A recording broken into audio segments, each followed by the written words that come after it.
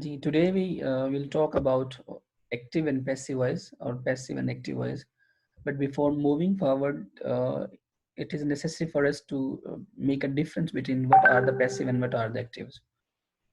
We use active voice to say what the actor or subject does, or we utilize passive voice, or passive voice is used to say what happens to the object. Or in simple words, whenever the subject whenever the subject is a performer or action is being done toward object, then we utilize passive voice. Or we can say that if we want to highlight, or if we want to make clear,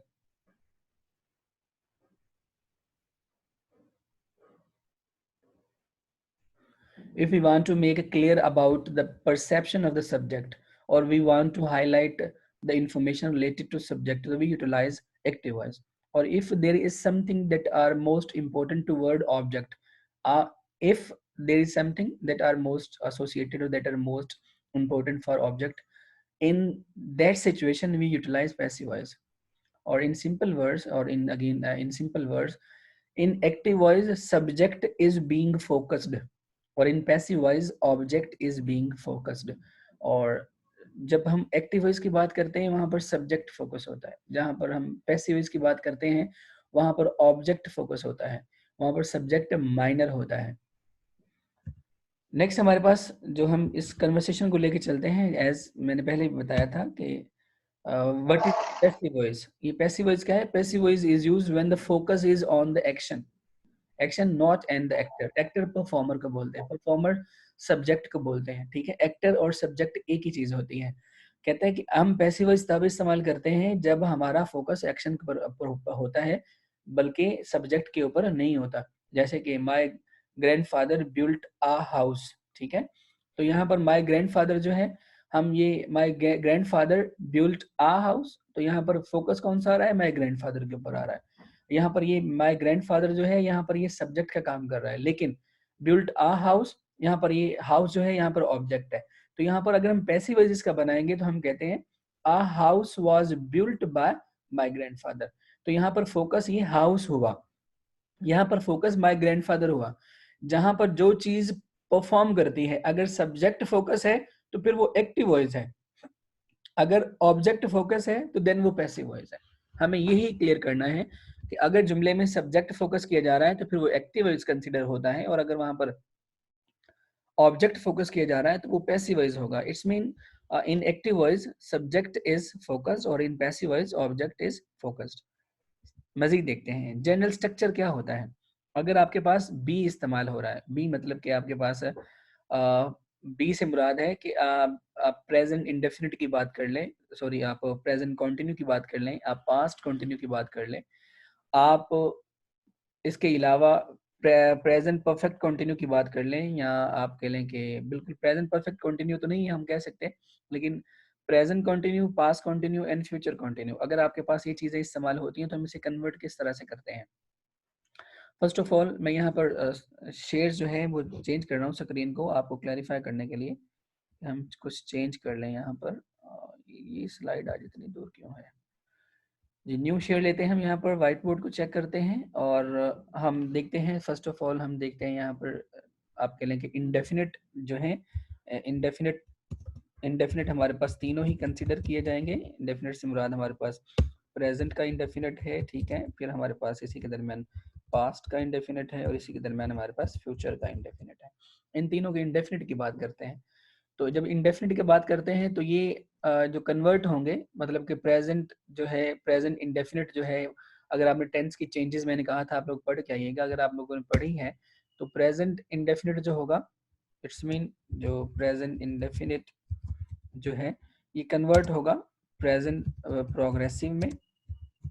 it's mean हमें ये देखना है कि जो present indefinite हो रहा है हमारे पास, ये कन्वर्ट किसके आ रहा है, ये चेंज हो रहा है हमारे पास. यहाँ पर अगर एरो बन जाता है, ठीक है,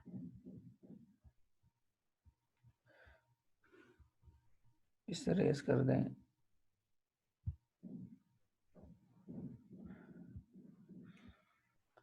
टेंस की चेंजेस में हमारे पास प्रेजेंट इंडेफिनिट जो था हमारे पास वो कन्वर्ट हो रहा था प्रेजेंट कॉन्टिन्यू में या प्रेजेंट प्रोग्रेसिव में। तो हम पहले को देखते हैं। तो प्रेजेंट इंडेफिनिट के जो हेल्पिंग वर्ब हमारे पास आ रहे थे वो अमूमन हमारे पास कंसिडर जो किए जाते हैं हमारे पास जो इसके हेल्पिंग वर्ब वो डू और डज हैं। और अगर आपने टेंस की चेंजेस याद करके आए हैं तो फिर आपको प्रॉब्लम इसमें बिल्कुल नहीं होगी। हमारे पास प्रेजेंट इंडेफिनिट में सेंटेंस है ही वर्क्स, आप कह लीजिए he performs his duty। ये स्टेटमेंट हमारे पास बीइंग प्रेजेंट में एक्टिव वॉइस के तौर पर है। तो क्योंकि प्रेजेंट एक्टिव प्रेजेंट इंडेफिनिट जो है वो प्रेजेंट प्रोग्रेसिव में कन्वर्ट होता है, तो प्रेजेंट प्रोग्रेसिव के हेल्पिंग वर्ब हमारे पास इज एम आर है। तो जैसा कि हम वर्ब बी को देखना चाह रहे हैं तो इसका जो पैसिव वॉइस बनेगा, हमारे पास जो रूल था, पहला रूल था फिक्रे के ऑब्जेक्ट को सब्जेक्ट में कन्वर्ट करना, ये हमारे पास ऑब्जेक्ट है तो हम यहाँ पर इसे लेके आएंगे हिज ड्यूटी। दूसरा रूल था फिक्रे के अंदर आप कह लें कि जमाना तब्दील करना, जमाना चेंज करने की जो हमारे पास जरूरत थी प्रेजेंट इंडेफिनिट का है जुमला, और प्रेजेंट इंडेफिनिट प्रेजेंट कंटिन्यू में तब्दील होता है। प्रेजेंट कंटिन्यू का मतलब कि उसके जो helping verb is am are है, तो हिज ड्यूटी सिंगुलर है तो हम यहाँ पर इज इस्तेमाल करेंगे। ये सेकंड रूल था। थर्ड रूल था फिक्रे में मौजूद फर्स्ट और सेकंड फॉर्म को थर्ड में कन्वर्ट करना। तो यहाँ पर ये जो फॉर्म्स हैं ये हमारे पास फर्स्ट फॉर्म है, तो हिज ड्यूटी इज, हम इसकी थर्ड फॉर्म लिखेंगे परफॉर्म्ड,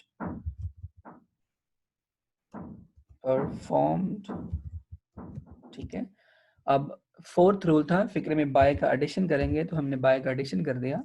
और फिफ्थ रूल था फिक्रे के सब्जेक्ट को ऑब्जेक्ट में लेके आएंगे, तो ये ही हमारे पास सब्जेक्ट था। As I informed you people that it is necessary for you people to consider the passive voice to have three changes. First one, changes in tenses, changes in pronoun और the changes of rule। और अगर आपको तीन ही चीजें नहीं आती तो आप पैसिव वॉइस नहीं बना। डिस्टॉर्शन आ रही है बहुत ज्यादा। ठीक है, अब क्लियर होती है 1 मिनट में। अगर हमारे पास चेंजेस आपको नहीं आती, टेंस की चेंजेस का नहीं पता, if you do not know about the changes of tense, changes of pronoun और changes of rule, you are not in a position to make active voice into passive voice. तो हमारे पास fifth rule जो था sentence का वो subject को object में convert करना था। तो यहाँ पर ही, यहाँ पर सब्जेक्ट है तो इसका ऑब्जेक्टिव केस हमारे पास हिम है। तो ये जुमला बन गया his duty is performed by him. तो ये प्रेजेंट इंडेफिनिट के तौर पर हमने एग्जाम्पल के तौर पर इसे कंसिडर किया है। तो आप आवाज ठीक आ रही है? आवाज ठीक है? सर जी सर जी, आप ठीक है। हाँ, फिर नेक्स्ट हम एग्जांपल देखते हैं यहाँ पर पास्ट इंडेफिनिट की। ठीक है, पास्ट इंडेफिनिट जो है ये भी सेम ऐसे ही, ये जो कन्वर्ट होगा ये पास्ट कंटिन्यू में कन्वर्ट हो जाएगा, पास्ट में कन्वर्ट हो जाएगा।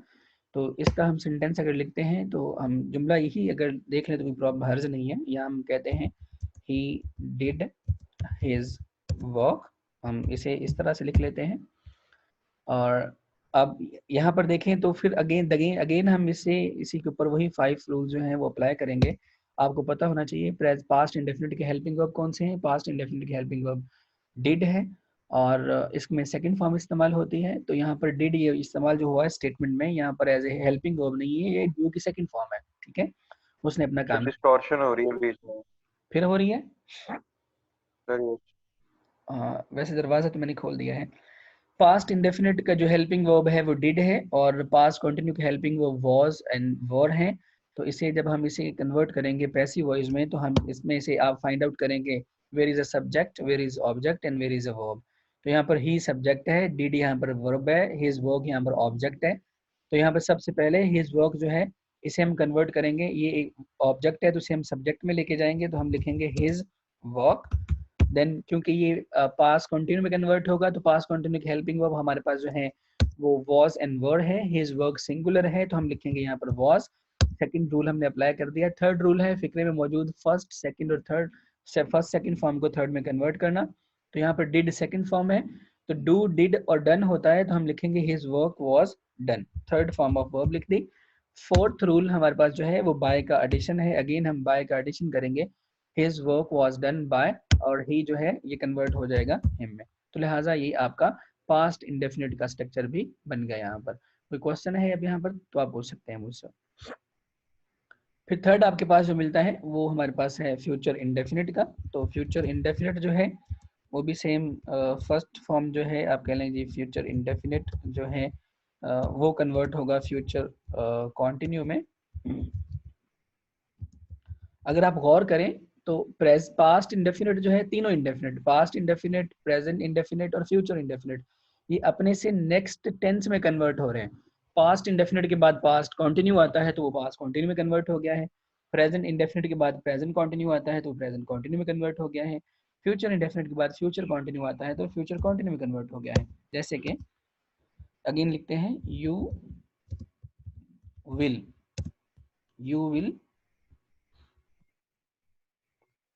यू विल डिस्टर्ब, नहीं होगा,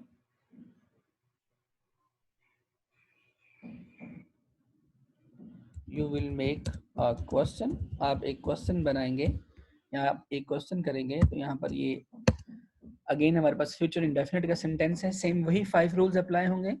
कोई मुझे बता सकता है कि वो 5 रूल्स कौन से हैं? मैंने 2 एग्जांपल्स आपके सामने परफॉर्म कर दी हैं। एनीवन?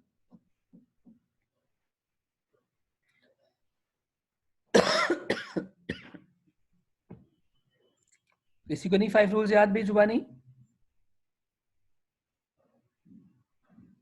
क्यों भाई?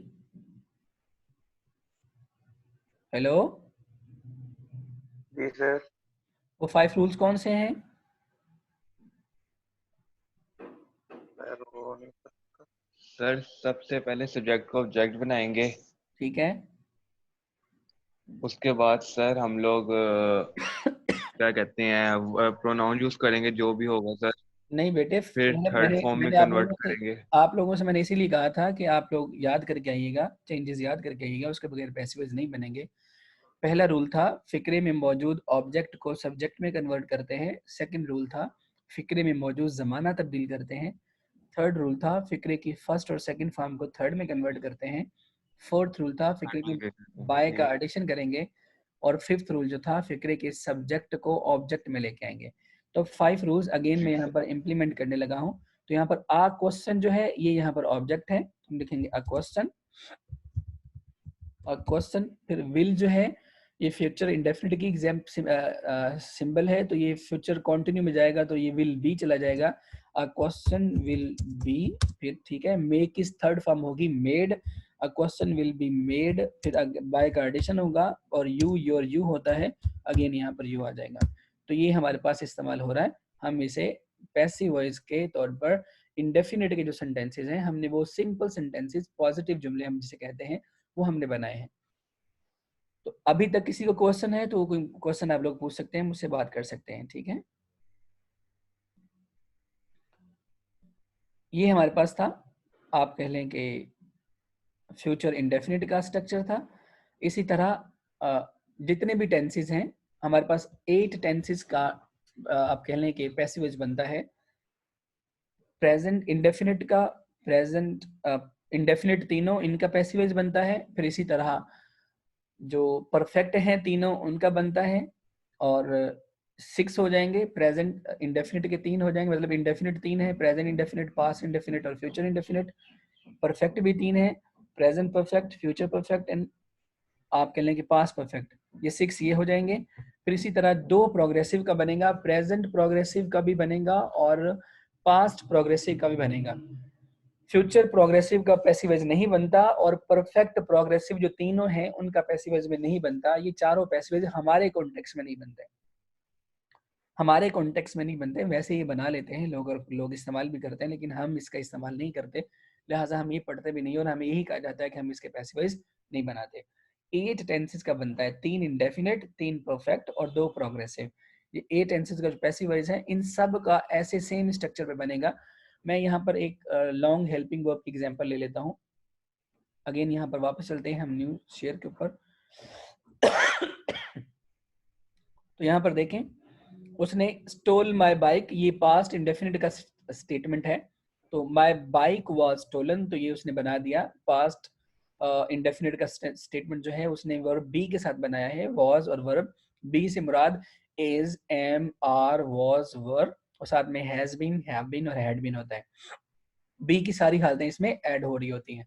लिहाजा हम ये एग्जांपल जो है ये आपके लिए कि पास्ट इंडेफिनिट की है, तो पास्ट इंडेफिनिट की पहले हमने जो एग्जांपल देखी है वो कन्वर्ट हो रही है पास्ट कंटिन्यू में। तो इसमें वाज उसका हेल्पिंग वर्ब लिया जा रहा है, my bike was stolen, same अभी जो मैंने लास्ट स्टेटमेंट बनाई थी, वी मेड अ मिस्टेक, तो मिस्टेक वाज मेड, तो आप बाय एस लगा दें ना लगाएं कोई फर्क नहीं पड़ता, लेकिन स्टेटमेंट क्लियर हो जाती है हमारे पास। फिर यहाँ पर सब्जेक्ट लिख दे, रोट अ लेटर, मतलब ही रोट अ लेटर या अ लेटर वाज रिटन, ठीक है, बाय समबॉडी, यहाँ कह लो कि ही रोट अ लेटर, उसने खत लिखा, a letter was written by her, या यहाँ letter was written by him. तो ये इंडेफिनिट पास्ट इंडेफिनिट के एग्जांपल्स को यहाँ पर हाईलाइट किया गया है। अगेन यहाँ पर देखें ये प्रेजेंट इंडेफिनिट के वर्ब को देखा गया है, somebody cleans his room every day, cleans ये प्रेजेंट इंडेफिनिट की सिंबल है यहाँ पर, तो यहाँ पर इसे हम जो प्रेजेंट इंडेफिनिट है वो कन्वर्ट, अगेन आप कह लो कि वो कन्वर्ट हो जाएगा हमारे पास प्रेजेंट कंटिन्यू में। प्रेजेंट कंटिन्यू के helping verb is am are है, तो इज एम आर हम देखेंगे यहाँ पर, देखें दिस रूम ये सब्जेक्ट के तौर पर आ गया, यहाँ पर is cleaned every day, this room is cleaned every day, तो यहाँ पर फर्स्ट रूल दिस रूम ये कन्वर्ट कर दिया हमने, सब्जेक्ट की जगह पे ले आए, सेकंड रूल जमाना चेंज कर दिया इज के साथ, थर्ड रूल क्लीन की फॉर्म चेंज कर दी, और यहाँ पर क्योंकि मजीद और अगर आप लगाना चाह रहे हैं समबॉडी को तो बाय का एडिशन करके आप समबॉडी लिख सकते हैं, अगर आपने नहीं लिखना है तो फिर भी कोई प्रॉब्लम नहीं है इसमें। ये इनडेफिनिट था। फिर नेक्स्ट हमारे पास आता है, अगर आपके पास आप कह लो कि जी जो टेंसेज हैं वो प्रोग्रेसिव का आ जाए हमारे पास, कोई प्रोग्रेसिव आ जाए, जैसे कि आप कह लें कि फ्यूचर की एग्जांपल भी ले लें, सिंपल फ्यूचर में हमारे पास विल प्लस मेन वर्ब होता है और ये कन्वर्ट हो जाता है will be plus past participle में, पास्ट पार्टिसिपल वर्ब की थर्ड फॉर्म को बोलते हैं। तो यहाँ पर somebody will clean this room tomorrow, तो ये this room will be clean tomorrow, ठीक है। और ये जो बाय समबडी है अगर हम इसे एंड पे ऐड भी नहीं करते तो कोई प्रॉब्लम नहीं रहती, सेंटेंस कन्वर्ट हो जाता है, उसमें कोई फर्क नहीं पड़ता। ये तीनों एग्जांपल्स मैंने व्हाइट बोर्ड पे क्लियर करवाई थी। अब हमारे पास आगे है कि हम जितने भी टेंसेज हैं, present indefinite, past indefinite, future indefinite, या इसके अलावा मैं एग्जांपल यहाँ पर एक और कोट कर देता हूँ कि अगर हमारे पास आप कह लो कि प्रेजेंट कंटिन्यू की बात आ जाती है यहाँ पर, हम तो उसका हम कैसे बनाएंगे, प्रेजेंट कंटिन्यू की आ जाए या पास्ट कंटिन्यू की आ जाए। तो प्रेजेंट कंटिन्यू में हम कहते हैं जी, प्रेजेंट कंटिन्यू जो है ये कन्वर्ट हो जाता है, प्रेजेंट कंटिन्यू जो है ये कन्वर्ट होगा प्लस बीइंग में, प्लस बीइंग में, मतलब कि इसके साथ बीइंग इजाफी हो जाएगा। प्रेजेंट कंटिन्यू के helping verb is am are है, तो इसके साथ बीइंग का इजाफा हो जाएगा। जैसे मैं कहूँ द गार्डनर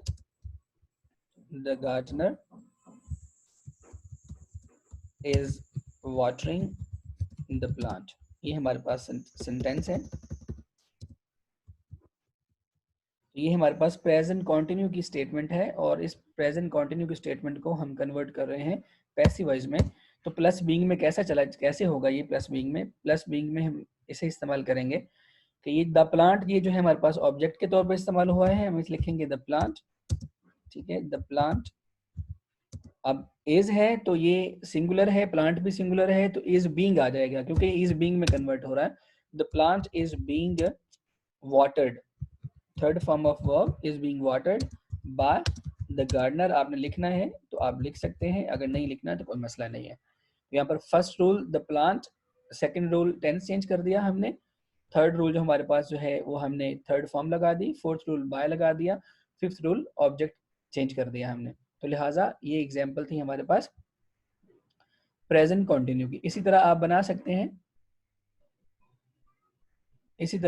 सकते हैं पास्ट कंटिन्यू। तो पास्ट कंटिन्यू जो है हमारे पास, पास्ट कंटिन्यू भी कन्वर्ट होता है प्लस बीइंग में, ये प्लस बीइंग में चेंज हो जाता है, इसके साथ प्लस हम बीइंग ऐड करते हैं, जैसे कि हम कहते हैं he is writing a letter, sorry he was writing a letter, वो लेटर खत लिख रहा था, he was writing a letter। तो यहाँ पर जो हमारे पास इसके चेंजेस होंगी वो इस तरह से होंगी, a letter was being written by him। इस तरह से ये आपका स्टेटमेंट बन जाएगा। किसका बन जाएगा? ये स्टेटमेंट आपका बनेगा पास्ट कंटिन्यू का। अब पास्ट कंटिन्यू की स्टेटमेंट भी हमारे सामने बन गई है।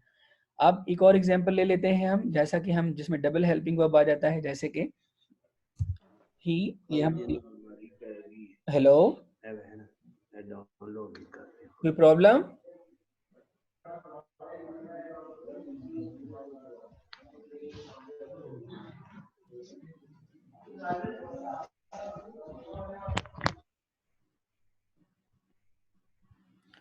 नेक्स्ट हमारे पास हम एग्जांपल ले रहे हैं प्रेजेंट परफेक्ट की।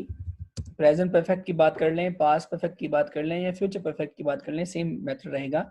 प्रेजेंट परफेक्ट जो है ये कन्वर्ट होगा प्लस बीन में, इनके साथ बीन का इजाफा हो जाएगा। जैसे कि मैं कहूँ he has done his work, इसे हम कन्वर्ट कर देंगे his work has been done by him. अगर आपको रूल्स याद हैं तो फिर आपको प्रॉब्लम नहीं होगी, अगर रूल्स याद नहीं है तो फिर आपके लिए प्रॉब्लम ही प्रॉब्लम होगी। तो अब यहाँ पर जो है ये परफेक्ट की एग्जांपल्स हैं। यहाँ पर देखिए हैज बीन इस्तेमाल कर दिया गया है, हमने इसको इस्तेमाल किया है। अब प्रॉब्लम ये आ रही है कि हमने अगर इनका कोई नेगेटिव बनाना है या इंट्रोगेटिव बनाना है तो वो कैसे बनाएंगे? तो सेम ऐसे ही बनेगा स्ट्रक्चर में। एक एग्जांपल के तौर पर आपको बना देता हूँ, और अगर हम बनाते हैं यहाँ पर भी नई स्टेटमेंट लेता हूँ, he did not do his job और do his task, उसने अपना काम नहीं किया। तो ये हमारे पास इस्तेमाल हो रहा है। अगेन पैसिव वॉइस के अंदर नेगेटिव इस्तेमाल कर रहे हैं, तो हम इसे लिखेंगे his task, उसके बाद हमारे पास हेल्पिंग वर्ब was not, ठीक है, फिर आगे done him। ये हमारे पास इस तरह पैसिव वॉइस एग्जांपल के अंदर नॉट इस्तेमाल हो जाएगा। अब प्रॉब्लम ये है कि अगर आप हमारे पास पैसिव वॉइस आ जाता है डबल का, हैज बीन के साथ आ जाए या हैड बीन के साथ आ जाए या विल हैव बीन आ जाए हमारे पास, सपोज एक हम लिखते हैं यहाँ पर स्टेटमेंट, ही will have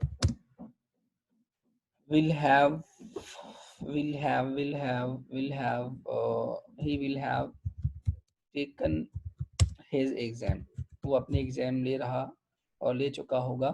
तो यहाँ पर इसका हम he will not have taken his exam, तो इसका हम पैसिव जब बनाएंगे तो हम इसमें से क्या लेंगे? सबसे पहले हम हेल्पिंग वर्ब को आप कह लें कि his exam,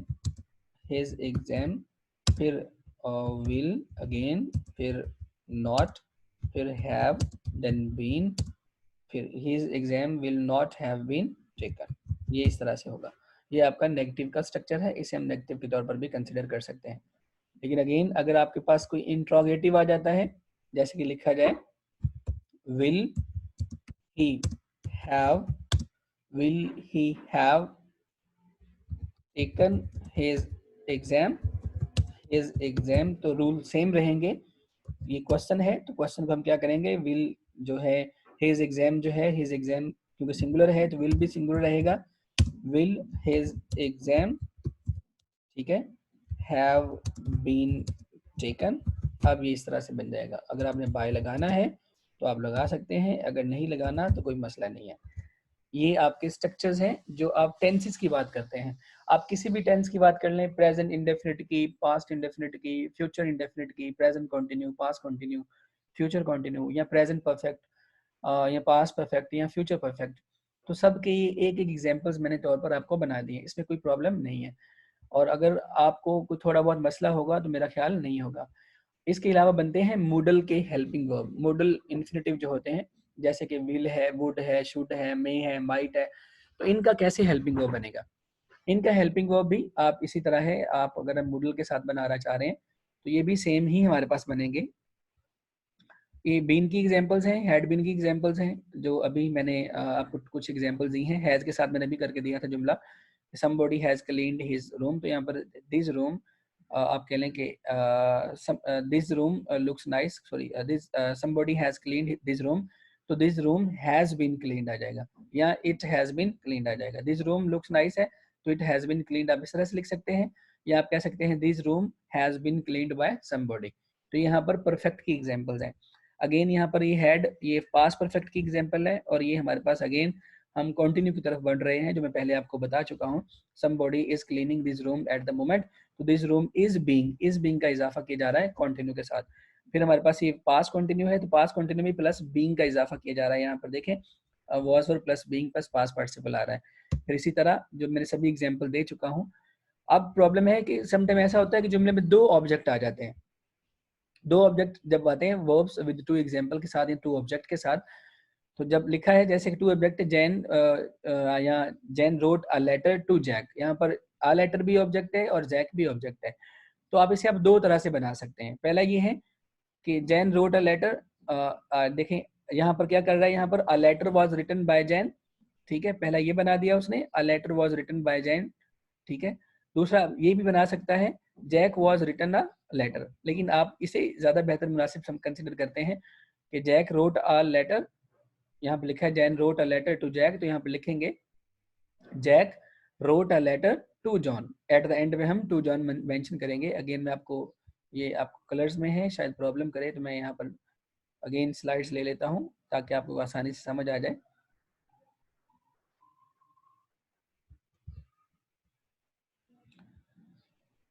यहाँ पे ले लेते हैं टू ऑब्जेक्ट के साथ, जहाँ he told the children, he told the children our story, यहाँ पे दो ऑब्जेक्ट है जुमले में। हम क्या करेंगे, तो हम देखते हैं डायरेक्ट ऑब्जेक्ट कौन सा है और इनडायरेक्ट ऑब्जेक्ट कौन सा है। डायरेक्ट ऑब्जेक्ट वो होता है जिसके ऊपर वर्ब काम कर रहा होता है। बताई क्या जा रही है, कहानी, तो लिहाजा जी टोल्ड जो है ये कहानी के ऊपर डायरेक्ट काम कर रहा है, तो हम कहेंगे आ स्टोरी। क्योंकि सेकंड पास्ट इंडेफिनिट है, टोल्ड पास्ट इंडेफिनिट की एग्जांपल है, तो हम वाज वर्ब लगाएंगे, तो आ स्टोरी वाज टोल्ड, ठीक है, a story was told to the children. अब हम लिखेंगे टू द चिल्ड्रन, ये अपनी जगह पर ही है, to the children by him, ये स्टेटमेंट है। एक तो ये स्ट्रक्चर है, ठीक है। अब दूसरा स्ट्रक्चर आप इसका बना सकते हैं कि आप इसका एक और स्ट्रक्चर जो है वो आप इस तरह से भी बना सकते हैं। इसी स्टेटमेंट का, इसी जुमले का जो दूसरा स्ट्रक्चर है वो आप ये बना सकते हैं कि जैसे कि मैं लिखने लगा हूँ the children were told a story by him. ये दोनों स्ट्रक्चर ही ठीक है इसके। A story was told to the children by him, ये भी स्ट्रक्चर ठीक है, और the children were told a story by him, ये भी स्ट्रक्चर ठीक है। दोनों तरह से ही ये स्टेटमेंट ठीक है। तो ये दो ऑब्जेक्ट जब आ जाते हैं तो इन्हें आप, एक तो है कि आप टू का इजाफा करते हैं, प्रेपोजिशन के साथ ऑब्जेक्ट को अटैच कर देते हैं, जैसा कि लिखा है a story was told to the children by him। और दूसरा ये है कि आपने प्रेपोजिशन का इस्तेमाल नहीं करना, तो आप एक ऑब्जेक्ट को बाहर ले जाते हैं, the children were told a story by him. ये आपका डबल ऑब्जेक्ट के साथ था। इसी तरह ये हमारे पैसिव वॉइस की जो पहली रिहर्सल थी वो हमारी कंप्लीट है। आप लोगों ने इन सभी टेंसेस की जो असाइनमेंट बनानी है, इनकी जो असाइनमेंट बनेगी वो आपने बनानी है सब टेंसेस की एग्जांपल के साथ। आपने 5 पैसिव वॉइस बनाने हैं। 8 टेंसेस के बन रहे हैं, प्रेजेंट, तीनों इंडेफिनिट, तीनों कॉन्टिन्यू और तीनों परफेक्ट और 2 कॉन्टिन्यूस के। इन 8 टेंसेस की आपने 5 सेंटेंसेस बनाने हैं, इसमें 40 सेंटेंस बनेंगे और एक ही सेंटेंस नहीं दौड़ना चाहिए चारों तरफ। आप पॉजिटिव भी बनाएंगे, नेगेटिव भी बनाएंगे, इंट्रोगेटिव भी बनाएंगे। तीनों स्ट्रक्चर्स के साथ इनका पैसेज बनाएंगे। जिसको कोई प्रॉब्लम हो तो ग्रुप में शेयर करके पूछ सकता है। Any question? तो सिर्फ एग्जांपल्स होंगी?